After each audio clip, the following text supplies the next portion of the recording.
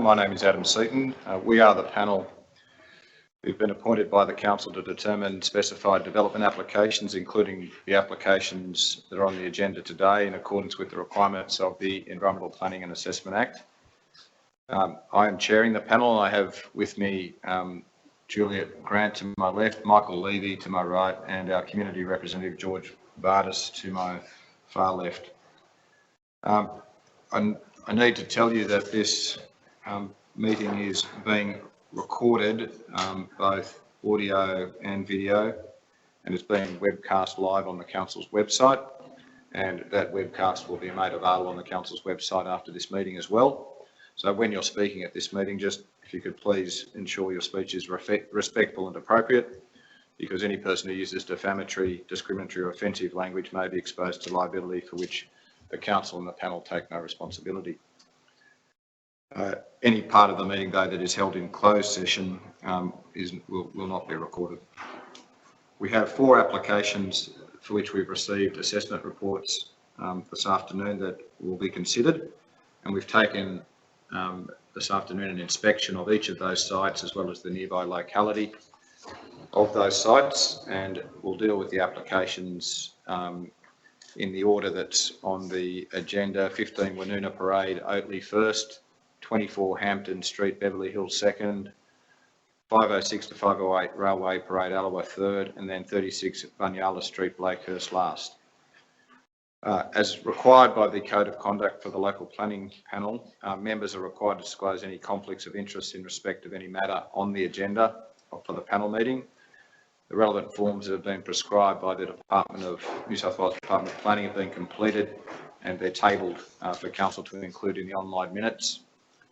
Juliet Grant has declared a conflict of interest in item LPP 039-19, which is 24 Hampton Street, Beverly Hills, and will refrain from participating in discussions and determination of that application, and I will ask her to leave the room when that matter is being dealt with.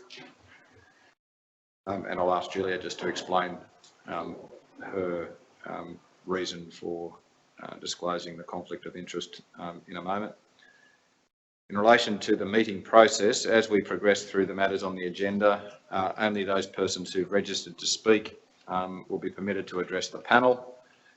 When that happens, you'll be given 3 minutes to address the panel, but if you need a little longer and you're making some relevant points, we can give you some extra time so we can understand what your concerns or view is. We hear from the objectors first and then from the applicants' representatives. And when you're asked to speak, you just come forward to the table here and move the microphone as closely as possible to you, so we can hear you, and those people in the audience can hear you as well. Once we've heard from all the speakers on a particular item, we then move on to the next application, and you're free to go and leave the meeting after the item that you're interested in has been, we've heard from the objectors and the applicants' representatives. Once we've heard from all the people who've registered to speak on each of the applications, we'll then adjourn the meeting and go into deliberation on each of the matters and make a decision, and our decision on each of the 4 matters will be published on Council's website tomorrow, so you'll be able to see what that is by referencing the IHAP or LPP page of the Council's website.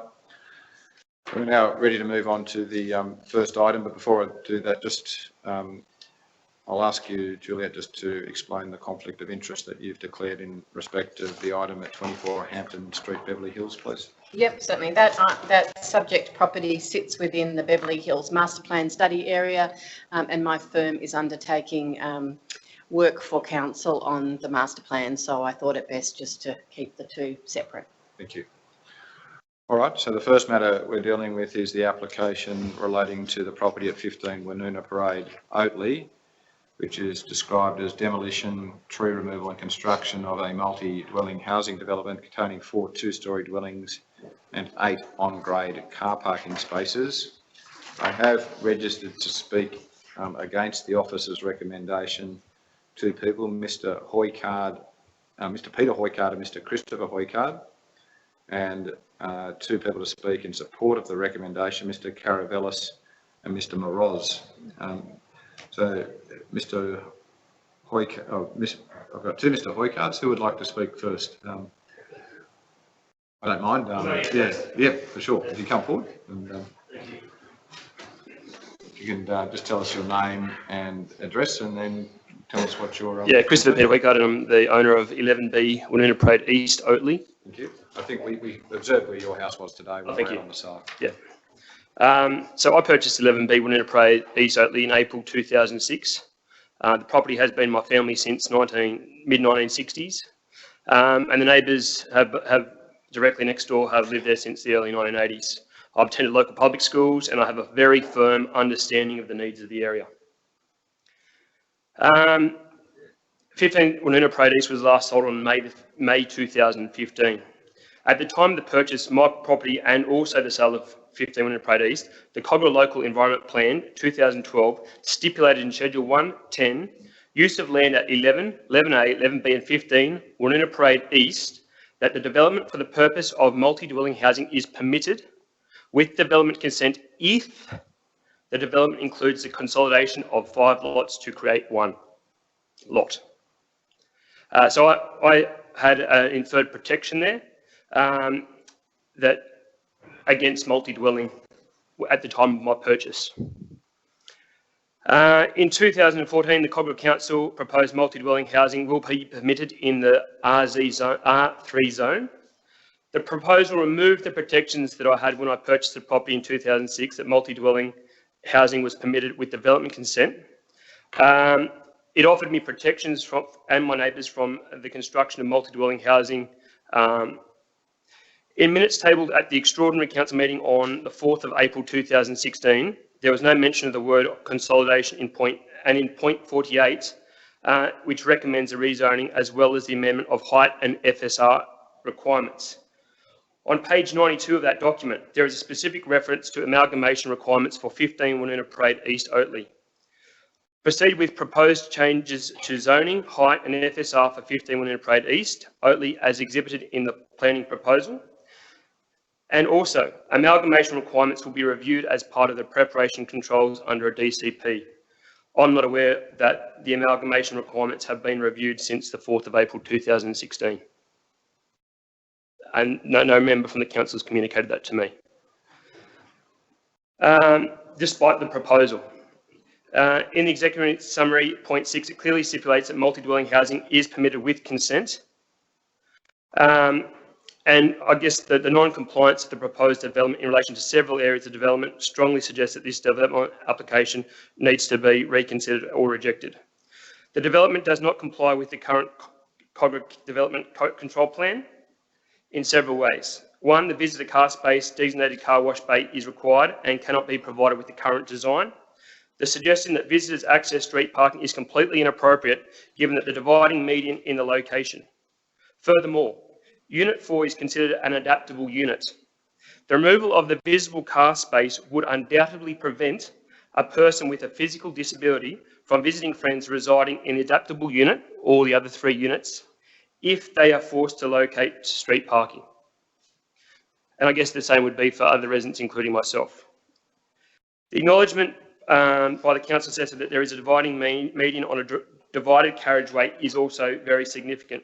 With 8-car garages providing the complex and a single driveway, there will be frequent and inevitable on-traffic moving in an easterly direction along Woonona Parade East. Furthermore, in the case of an emergency, the parking arrangements could reasonably delay and prevent an emergency vehicle, service vehicle, from accessing 11 and 11B Woonona Parade East due to the dividing main carriageway. This poses a significant safety risk in the event of an emergency for residents living in 11 and 11B Woonona Parade East. The impervious area of the site does not comply and significantly exceeds the Cogra DCP.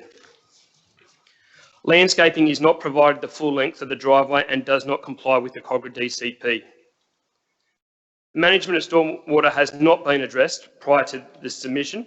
Furthermore, there is a suggestion that in the proposal of rainwater tanks, yet I have not been able to locate any in such plan.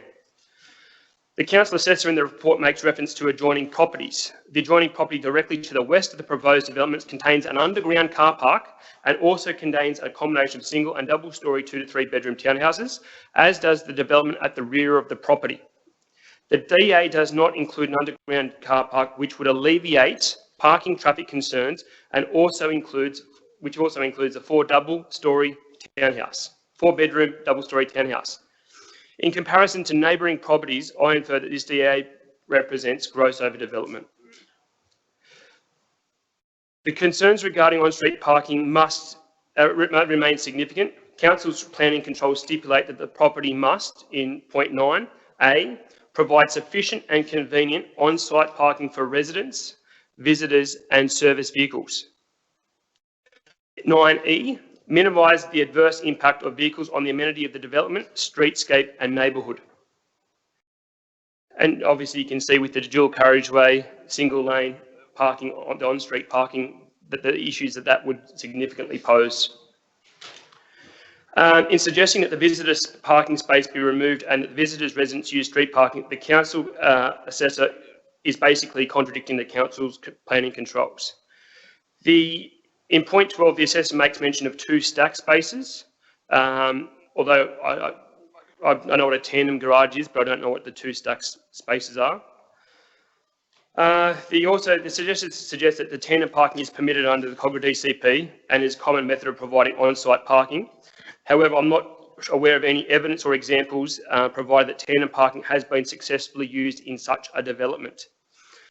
The assessor recognises that the design of the driveway is a significant safety issue and expresses concerns over the manoeuvring of vehicles by suggesting the use of a vehicle crash barrier to prevent a car from accidentally entering the property of 11 Woonona Parade East. In point 110, the assessor indicates that the approval is in the public interest. However, I'm not aware of any evidence to support this claim that it is in the public interest. 15 objections to this DA in that the local vicinity in a quiet suburban street contradict that the approval of such a development is in the public interest. With regards to site coverage, I haven't seen any plans that the site coverage is less than the 390.4 square metres or the 40%, which was in the initial plan. The EPA 1979 number 20 states that that it investigates the social impacts in the locality and also the suitability of the site for the development, given that we've got the islands in the middle of the road, as I refer to them, and also that it's in the public interest. In terms of any evidence that examines the social impact of the development in the locality and the development of public interest is requested, particularly schools. I know that I attended Oatley Public School. I know that it is at capacity. And given that this property would fall into that catchment area of Oatley Public School. As a deeply concerned resident, I request before the George River Council approves any development in 15 Woonona Parade that an assessment of the impact of a comparable development, so that's 4 four-bedroom townhouses with a single gun barrel driveway located on a road with a divided median, be completed to alleviate the concerns of myself and neighbours regarding the non-compliance of this DA. Thank you. Are there any questions? No? Thank you. If you'd like to take a seat. So if we can come forward, please.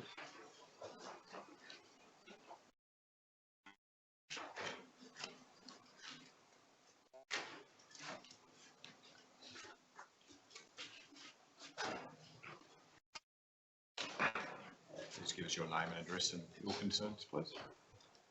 My name is Peter Hoycard. I live at 24 Plain Street, Oatley. I'm a resident in the area. I have known the house for 40 years. Thank you. My concern is... Could you move that microphone a little closer to you? Yeah. This is all new. My concern is to do with this original planning development. I say, and they've admitted to it in this, it doesn't comply. This is a fact. They've admitted into this. They're asking for exemptions. They have seen no problems with what they're asking for. They're saying there's nothing unreasonable. We see no problems. And whatever they've suggested is in here. What I have written basically, we'll go into why. There was always non-compliances, but they've admitted in there it doesn't comply to rules, regulations. And why doesn't it comply? That's the question. Why doesn't this comply? And the answer is in this document. The answer states categorically, it says, due to site constraints. That is their answer. Due to site constraints, that is the problem with everything. The problem with the building, not that they're trying to put 4 townhouses on one block, they're saying in here it's site constraints. In the original development, they mentioned the tandem garages. They've now taken back off the tandem garages, here it is, 1 metre. They've taken 1 metre off the garages for space ratio. And they've come up with this wonderful figure for the garages in here. Multi-dwelling housing, 1.5 parking, 1.5 spaces per 6 equates to 6 parking spots.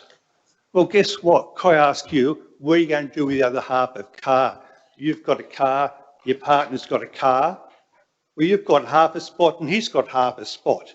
They're giving you 6 spots as a number. Many years ago, I worked in engineering at work. What we wanted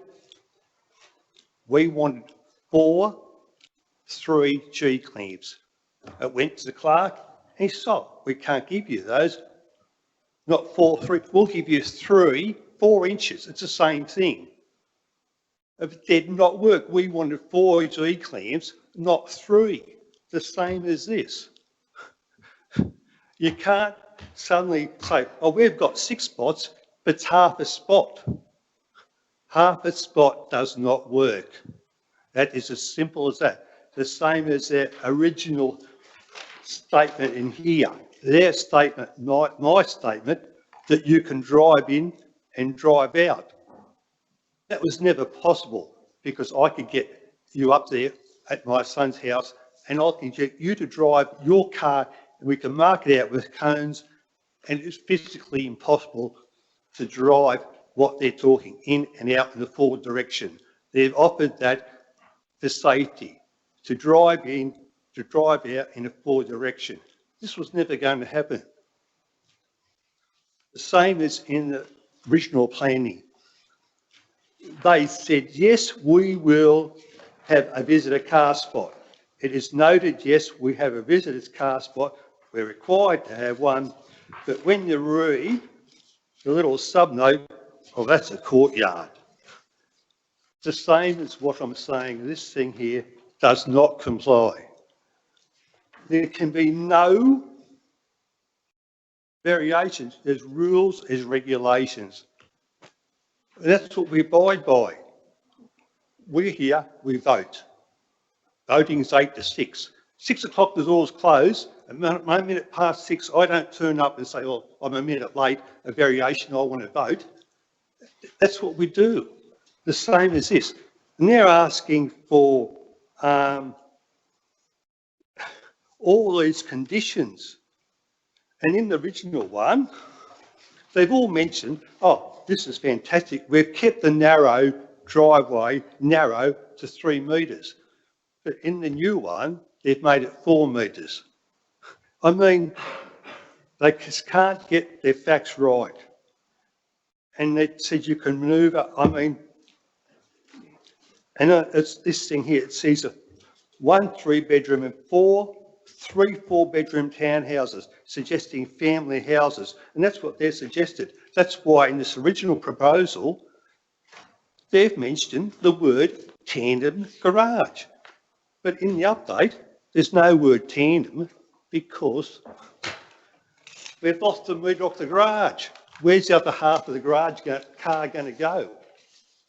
It's a nonsense. The same as in the original planning. They've stated they've got stormwater drainage was all approved. Then yet I read the response that there's no stormwater plans have been found inadequate and therefore not supported. Still part of this thing which I say gets back to it doesn't comply. And that's what the council said, it doesn't comply. The client is a process of getting agreement from the owners of 2A to connect to their private easement. We don't know if that's ever happened. If they can't get that, how can they do it? I mean, there's holes through this whole of this document. I could read back to my things and state what I wrote originally to the council. We've got a copy of your copy of it, which I've identified all the non-compliances. And whatever they do now, they started off with that with a 4 townhouse development, and they're just trying to modify it to fit it on. And their excuse is, I'll find it, you can read it, due to site constraints. That's just a nonsense, an absolute nonsense. It's their own wording. Site constraints stop us doing the development. The reason it is, it's a gross overdevelopment. It's the whole thing is wrong. I'm sorry. Now, while I'm here, the neighbour who is adjacent in number 13 is overseas, and I think it's only fair that he should have a chance because he's very upset about this situation and he's had talkings to people and stuff, and I can't say what has happened, but he has put in objections as well. But it's just, and as my son said, it's a quiet street. It's where it is, it's a narrow one way. Up the top part, they've actually recessed it in for the people to park there. And they said there's plenty of off-street parking. Well, I took a photo in my submissions. Around the corner, there's a bus stop. And if you look around past the other side of the bus stop, all the people who live in Rosa Street park there. And as I said, where's this other half of car going to go? 1.5. I mean, and they mentioned... I think I need to get you to finish up if you can. And they admitted there's no overshadowing, no privacy, but some of that has been addressed. I just, very upset. It's not right. It doesn't comply. Thank you.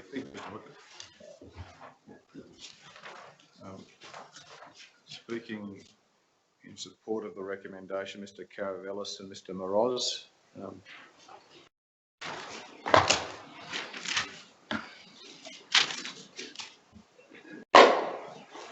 Gentlemen, if you can just introduce yourselves, please. Good afternoon, panel members. My name is Bernard Moroz. I'm from BMA Urban. While I wasn't the planner initially engaged to assist in this project, I've since been engaged, I guess, at this later stage of the process. Here to my left, I have William Caravellis, who was the design architect. Thank you. Gentlemen, who would like to speak?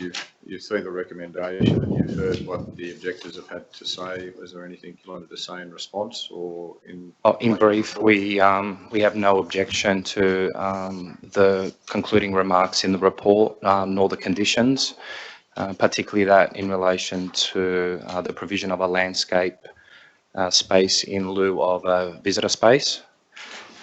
We do feel as though that will contribute to the streetscape and I guess soften the built form. In terms of overdevelopment, I'll just touch just real brief. The proposal is well under the allowable GFA made available to the land, is within the height, complies with the finer grain controls in terms of setbacks. Yes, there is a non-compliance in terms of impervious area, but as the council officer's report has stipulated, that is primarily considering, I guess, stormwater management and how that's going to be treated. The proposal provides, I think, an appropriate amount of landscaping for the site, and yep, that's.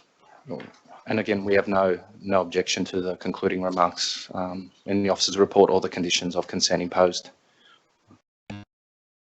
Gabriel, did you want to say anything? Yeah, just in relation to the objectors brought up a number of issues regarding parking. This issue of one and a half spaces per dwelling, we are providing 2 full car spaces per dwelling. It's 1.5 spaces under cover. And half a space that's exposed to the elements. So each of the dwellings does have a double garage or double car space as such. In terms of the manoeuvrability on the site, this has been signed off by council's parking engineers, and they were quite satisfied that you could enter the site in a forward direction and leave in a forward direction as well. So council's officers had no objection to the proposed arrangement. They were initially, they had no objections to the visitor car space being at the front, but council officers in their final decision decided to put a condition in there that we remove that car space. So again, we have no objection to that condition. In relation to the stormwater, it is a deferred commencement proposal. So if we can't get the connection through the neighbours, obviously then the DA dies. There have been correspondence between us and the neighbours, and that has been addressed, and they are happy to provide us with that easement, and again, we can satisfy that deferred commencement condition should the proposal be approved.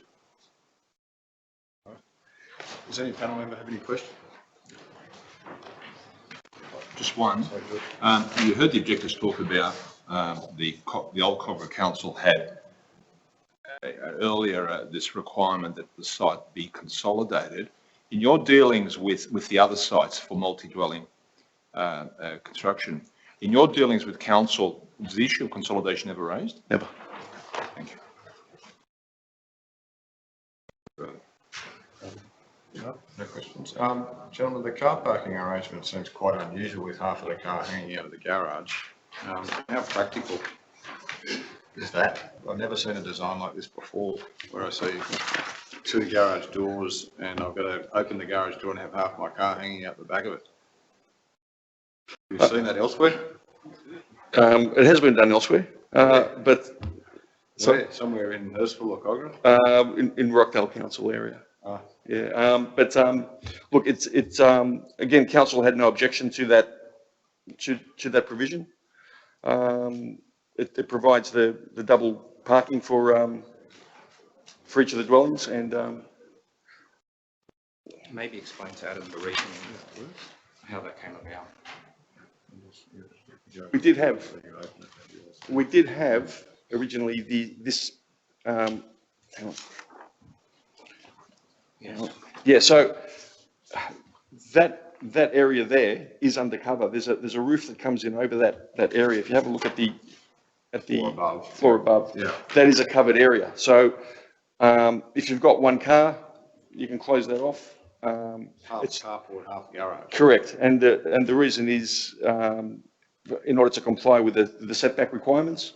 Council were happy for this arrangement, but they said, look, technically, if we were to wall that in, then technically it's a non-compliance in terms of setback. So they were happy to entertain this arrangement for that purpose.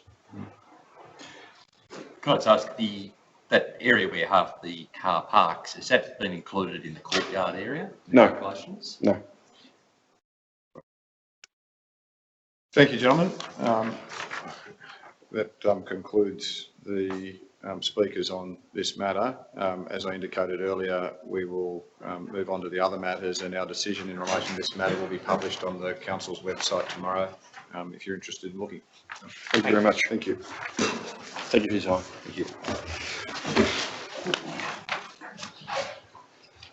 We're going to move on to the second matter on the agenda, and I'll ask Juliette Grant to leave at this time, given the disclosure of interest that she has made, and Juliette will call you back in after we finish dealing with this matter.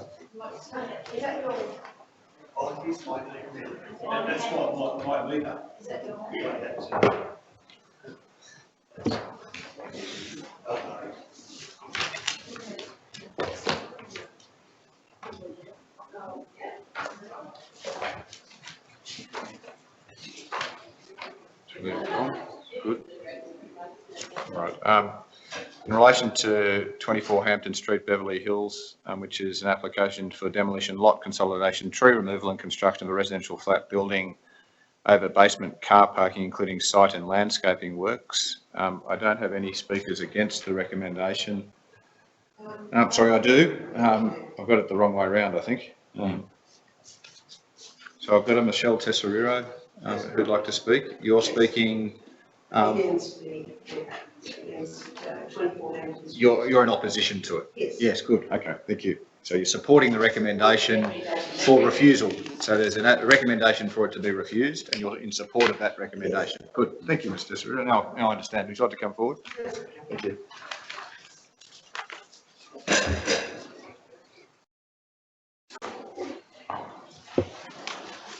If you could just confirm your name and address and then tell us your concerns.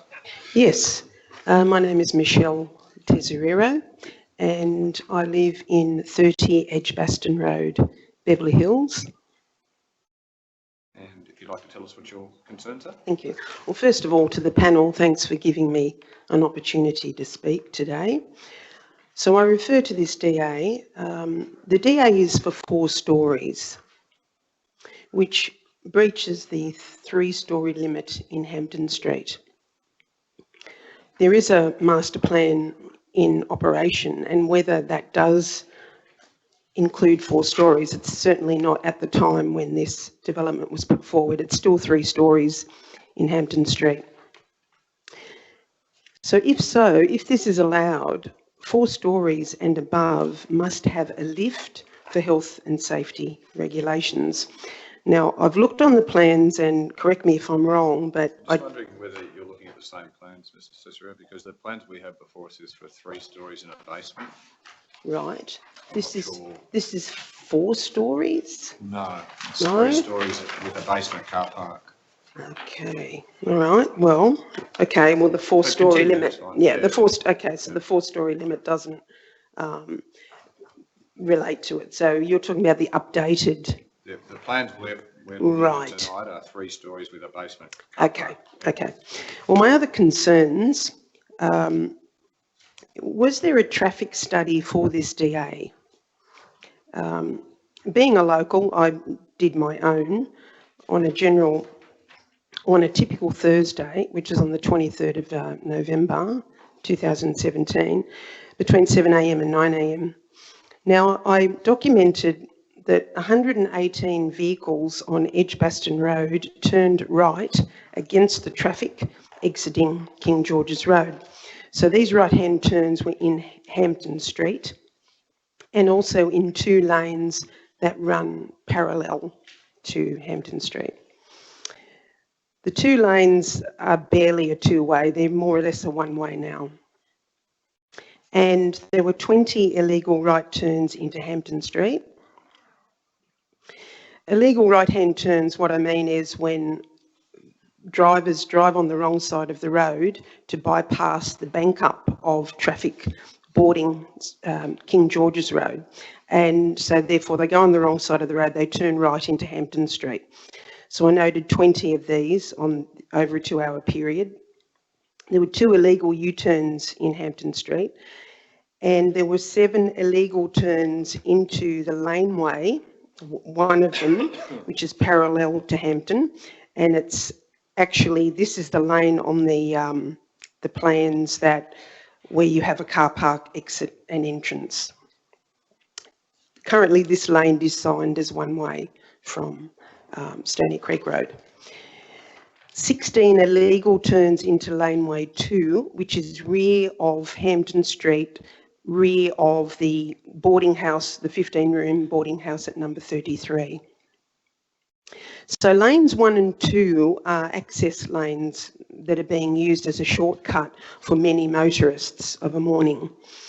So my concern is it's a safety thing I'm looking at here. For pedestrians and cyclists, they use these lanes to access Beverly Hills Town Centre and the railway station, of course. And these hazards are exacerbated during the Friday and Sunday night restaurant trading. So I see this as creating more congestion that's going to extend in the rear lanes, and that's a real concern.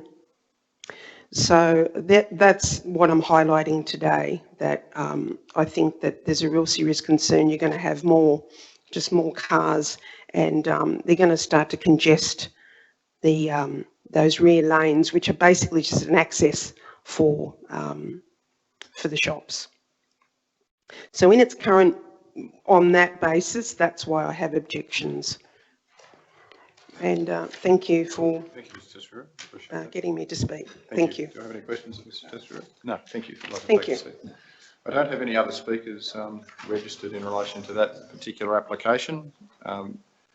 So we will move on to the third application on the agenda. Now, as I indicated earlier, our decision in relation to the Hampton Street matter will be available on the council's website tomorrow if you're interested in having a look. So the third application on the agenda tonight is for the property at 506 to 508 Railway Parade, Allawa. Can I have Juliet come in again? Thank you.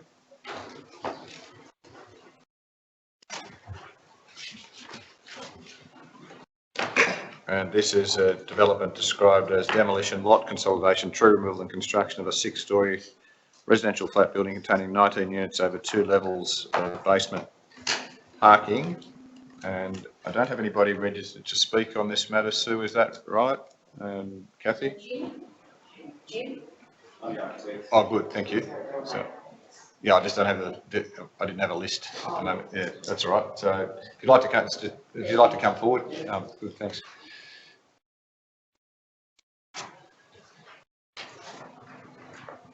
Gentlemen, if you could just introduce yourselves and tell us who you are in relation to the application. My name is Jim Apostolou from AB Works. I'm the registered architect. Thank you. Sorry, can I just get you the microphone here? Hossam Urugiri. Thank you. All right, gentlemen. Firstly, did you want to say anything in relation to the application or the recommendation? We're happy with it. We're happy with the recommendation. Just here to answer any queries from the panel. Okay. Can I just bring to your attention one matter, and that is that the conditions that are set out in the officer's recommendation don't include conditions relating to Sydney trains at the moment, because it was referred to Sydney trains, so for which the report has told us, but we didn't see any conditions included from Sydney trains. There's a letter that's come this afternoon from Sydney trains that we've been provided with a copy of, that has its concurrence with a deferred commencement condition that they want imposed, and also some operational conditions that they want imposed pursuant to their role under the State Environmental Planning Policy for Infrastructure. Yeah, the reasonably standard. We've done a couple of long railway parades, so if they're similar, it's within that 25 metre zone. Yeah, that's fine. Yes. You want me to hand my copy? Yeah, we'll give you a copy to have a look at. But I think you're right that they're probably reasonably standard. I'm not quite sure if they're identical to others that you've seen. Yeah, all right. So, does any panel member have any questions then in relation to the application? Juliet? I do. Thank you. Got a few. I'm just curious to understand how the rear portion of the site functions, has multiple purposes in terms of your deep soil planting to support the 2 large canopy trees, the eucalypts, as well as the OSD.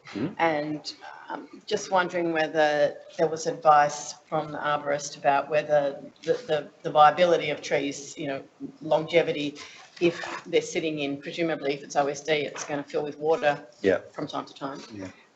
Can eucalypts cope with that? Will they be sustainable in that? I haven't had the advice on this particular project, but we did one in Carlton where we did ask the landscape architect that same question, and he was fine with the trees being located in the OSD basin.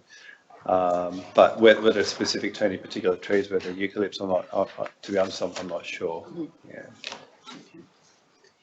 There's also a condition of consent that talks about the noise, the noise attenuation. Are you comfortable with that condition? I mean, does that effectively mean that in order to have amenity inside the unit, you must have the balcony doors closed? Right, have a read of that condition, sorry. I think it's probably stemming from the acoustic report. Yeah. Okay. It's been a while since I've read it, so. Not sure what condition number it is that's referred to in the actual report.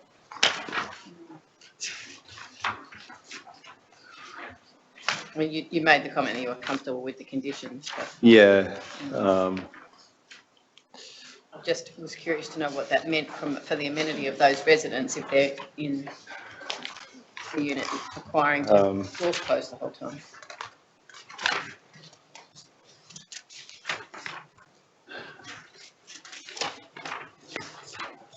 Nicole, do you know? Yeah, condition 83, pretty much it's saying, you know, that you must comply with the acoustic report,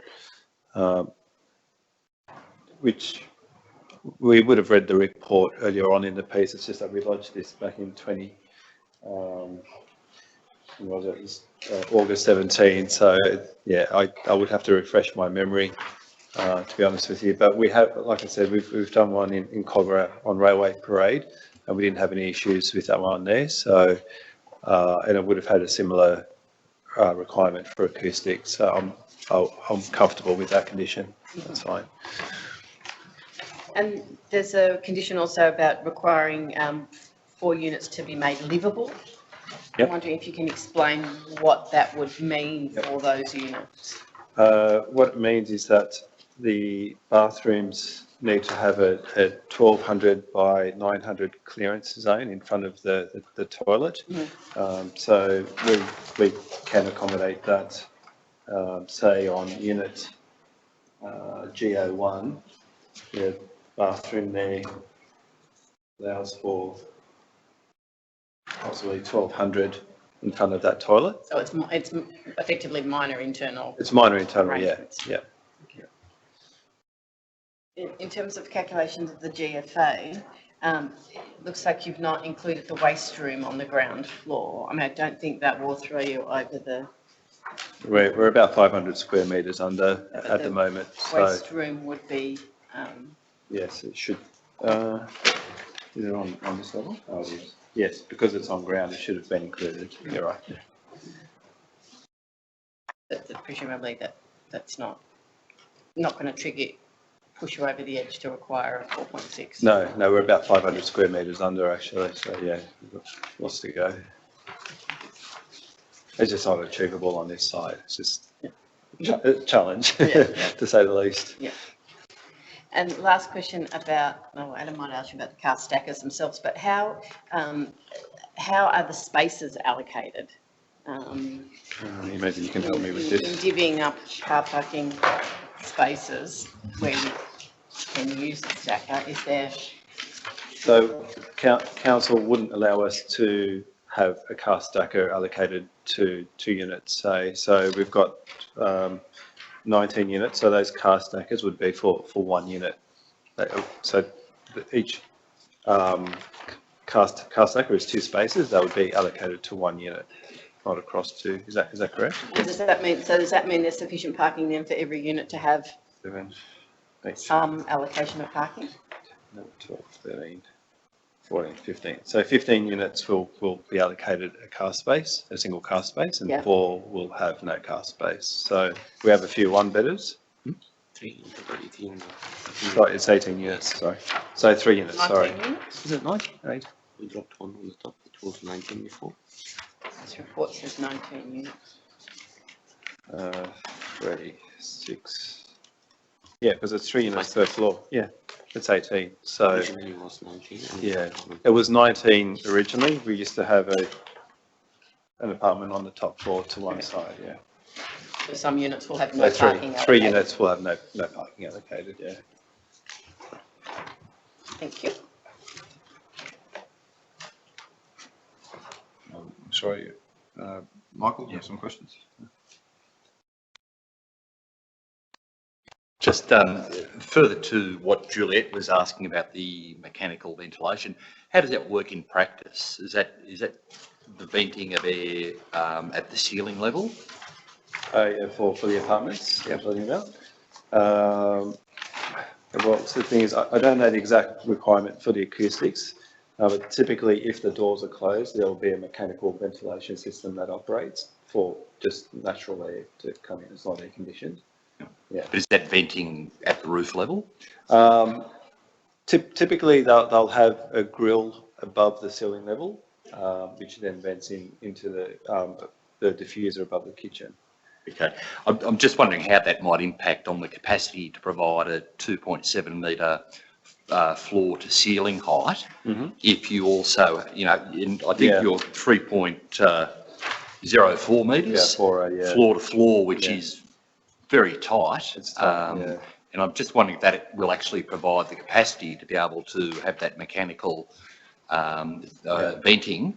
Yeah, typically what we do is allow for some kind of bulkhead running across a wardrobe or a bathroom or a corridor. In this instance here, you potentially can come across the ensuite and through to the kitchen, and so this unit you can come across through to the kitchen and diffuse. So it's not across the entire unit. No, it's just in that area, like a central air conditioning unit would diffuse. Yeah. No questions. George, do you have any questions? No. Jim, I've got a couple of questions. One about the car parking, because I hear what you've said, Mr. Postler, in relation to some units not having car parking, but the car parking requirements under the DCP are that every unit needs to have a car park. So one bedroom units, for example, need one space, and then 2 bedroom units need 1.5 spaces. So you can't not give a unit a car space. So I'm not sure how that's going to work for you.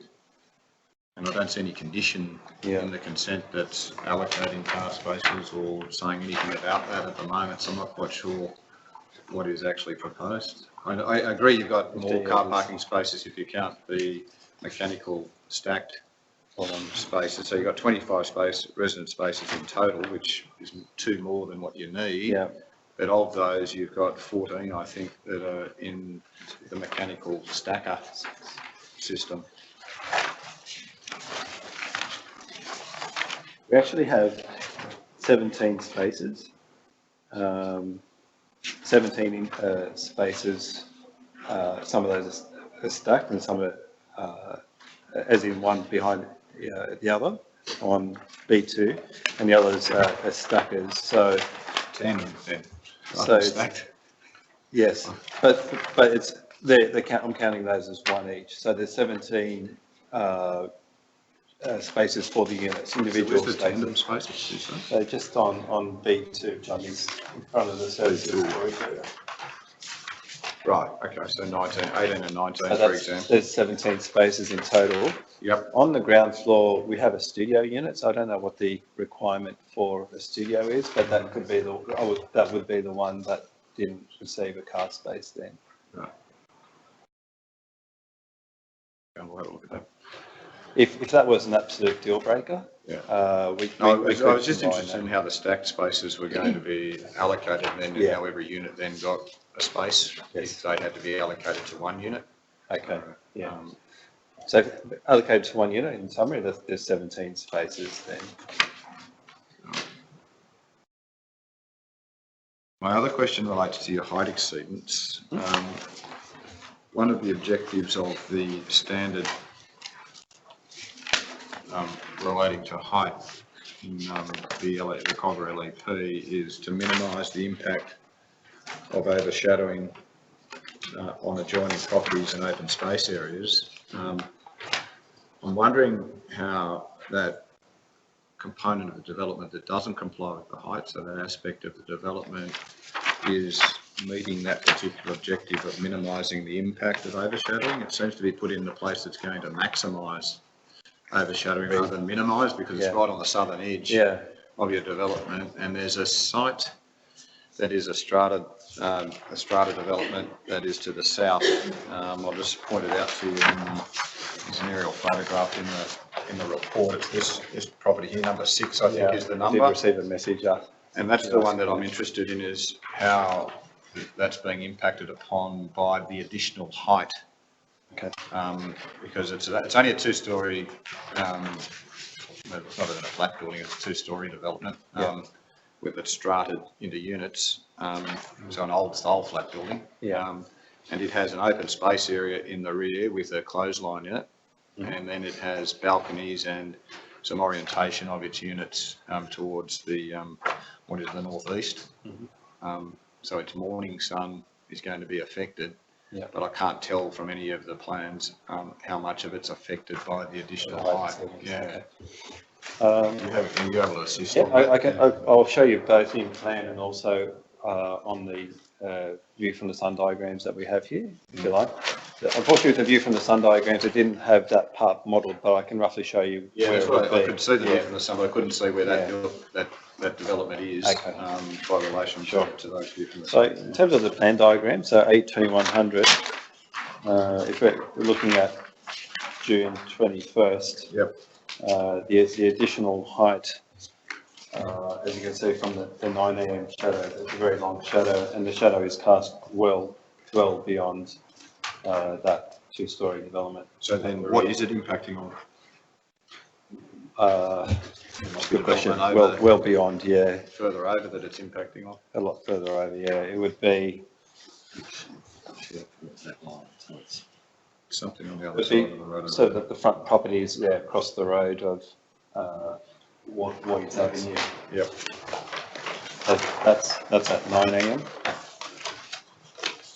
At 12 PM, sorry, I don't have hourly shadows for these ones. It would be the rear property of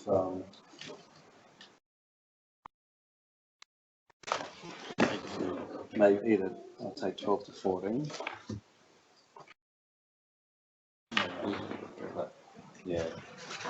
I would say the rear property of 12 to 14 Waits Avenue.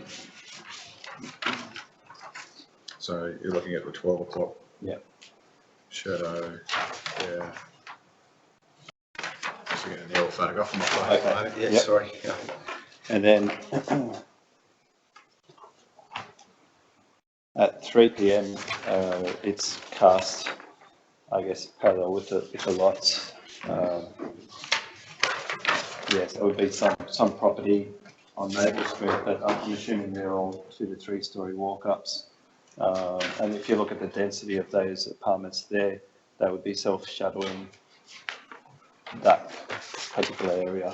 I was more interested in the morning shadow and whether it's hitting windows and taking solar access away from those north-facing windows that there might be on those premises. So then if you go to the view from the sun diagrams.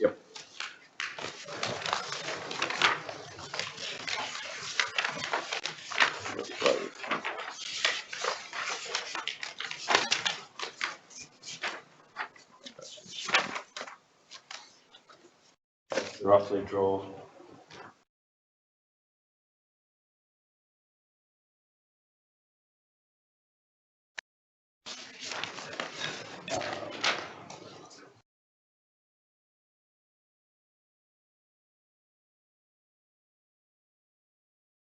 as good as my 3D modelling skills. So that's parallel with that block there. So at 9 a.m. You would see it's blocked at that point there.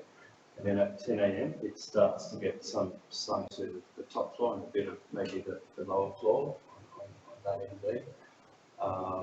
Then at 11, I would say that it's getting sun on both the sides there.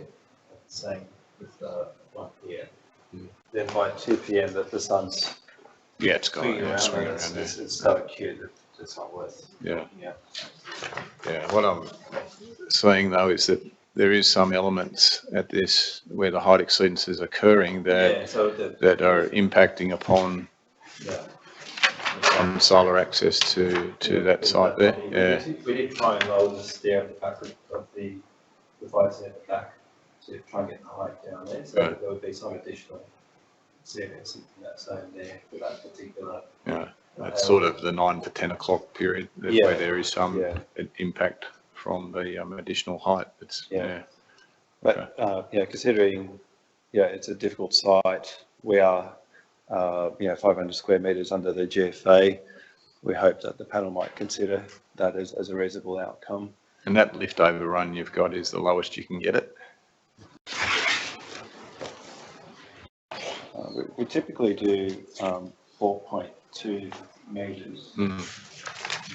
Which is what you've got there. Yeah, and we've got a Because project you're at getting the moment. access to a communal space up there, I can understand that, but correct, I'm wondering whether you can, it's capable of being dropped a little. Yeah, we're doing one in Lakemba at the moment where we've found one from Otis where it's 3850. Yeah.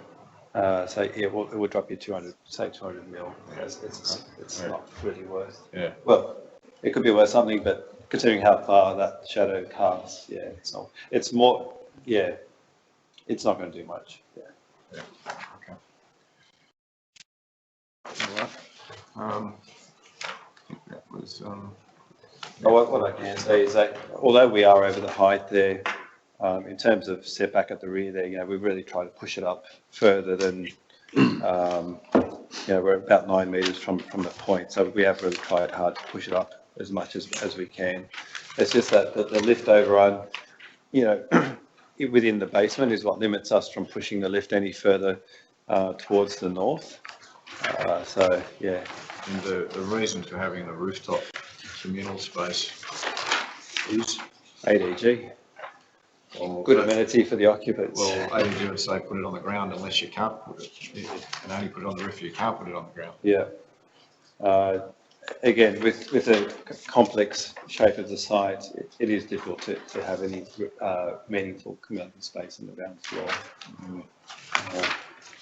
But if the panel thought that, I'm struggling with this space. objective of the Yeah. standard, which is speaking of minimising the impact of overshadowing. well, if you use the word, if you take the word minimising, I think we've sort of met that objective by trying to have really big setbacks on a very complex site. We started off with, I think, 3 metre setbacks on the lower floors, and we've pulled all those in as much as possible. When you say really big, ADG would tell you at that 5th story, you should be at 9 metres if it's a separation distance, not a setback, but a separation distance. Issue, yeah. Not that you've got a visual, there's no visual privacy issue arising from No, because we have all the bedrooms and living rooms facing. Yeah, it's not a visual privacy issue, it's just, it's a building, a yeah, bulk issue. bulk issue, yeah. And it's a complex site. It's a complex site, yeah. And you can't really put the lift tower anywhere else. I don't want you to put it at the front because it's going to be, It was a real hard challenge between the basements and trying to make those work, as you can imagine how complicated that basement is to work and getting some reasonable use of the site. All right, well, I think I've exhausted my questions, gentlemen. Any other questions? Yeah. Do you need a substation? We haven't made that inquiry, but if we were required to have a substation, we would naturally look at a pad mount at the front location there, if it was required. A nice front setback landscaping. becoming a bigger and bigger issue as to where they site these things. Yeah. Because, and I noticed the hydrant booster in one of the photo montages is like a Yeah. full frontal. Thing is, you can put them adjacent, and we sometimes do that, or perpendicular, but then you just have no guarantee with the fire brigade whether they will accept that or not. So we could try. So at what point would you normally find out whether or not you needed a substation? Typically after our DA, we would do would get a level 3 certifier on board, and they would do their inquiries with whether it's Integral Energy or Endeavour at that point. Yeah. All right. Thank you, gentlemen. As I indicated earlier, our decision will be made after the meeting and published on the council's website tomorrow. Okay, great. Thank you for turning up.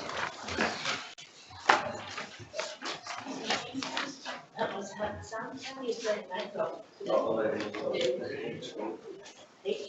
right, there's move on to the last matter on the agenda, which is the development application for 36 Bunyala Street, Blakehurst, modification under section 4.56 of the Environment Planning and Assessment Act to a development application approved by the Land and Environment Court seeking amendments to the basement levels, lift overrun levels, communal open space levels and fenestration of an approved residential flat building. I don't have anybody ready to speak in relation to that matter, so we will now adjourn this part of the meeting, and our decisions will be made and then published on the council's website tomorrow morning.